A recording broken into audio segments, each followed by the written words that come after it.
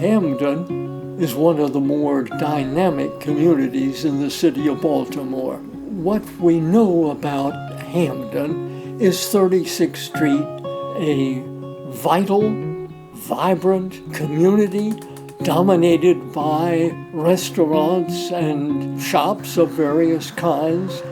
What we don't know is that just 3 or 4 blocks to the south is a community that predates Hamden by decades, known as Stone Hill.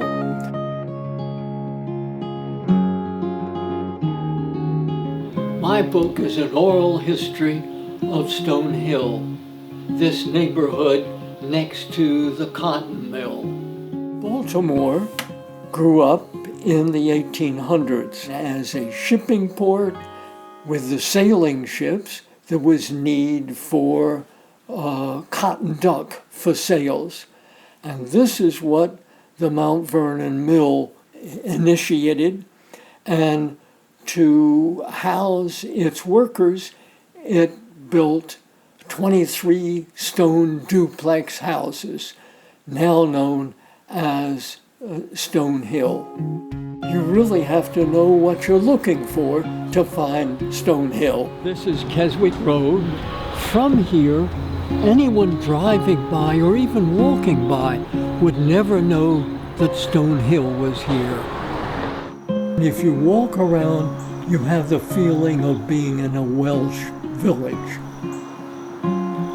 I learned about this place only when I started talking with some of the old-timers who lived here and worked in the mill. I took a course in photography at the Maryland Institute, and I believe if you're going to do something, you may as well make it easy for yourself.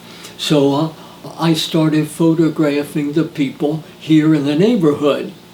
And of course, as I photographed them, they started telling me their stories, and I asked about their stories, and they were fascinating.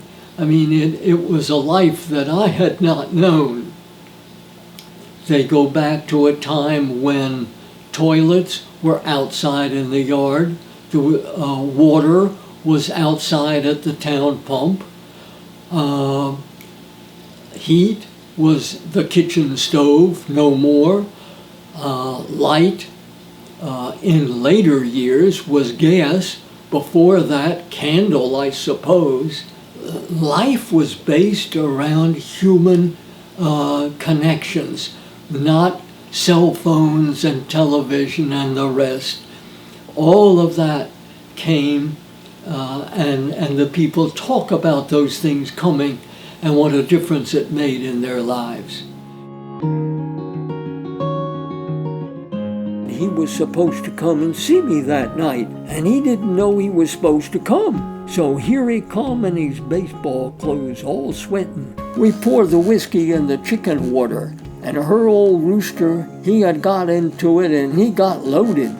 I asked her, "Don't you ever shut up?" And she said, "Yeah, you gonna make me?" And I stepped out of that snow fort and planted a big smacker on her. That's what started it all. I ended up 42 years with her. You know, when you read an oral history, there's a familiar phrase, and the phrase is, "Oh, if only you had come earlier and known so-and-so." Well, I started this about 25 years ago, so I did catch a few of the so-and-sos. This book talks about one village, but it talks about it in such a way that you see the enormous changes that have happened in our lives in the last 100 years.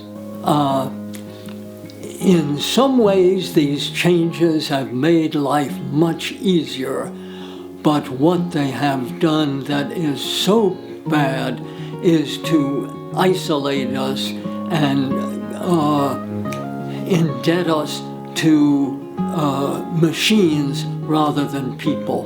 Through talking with the people who once lived here, I have come to realize the preciousness of neighbors.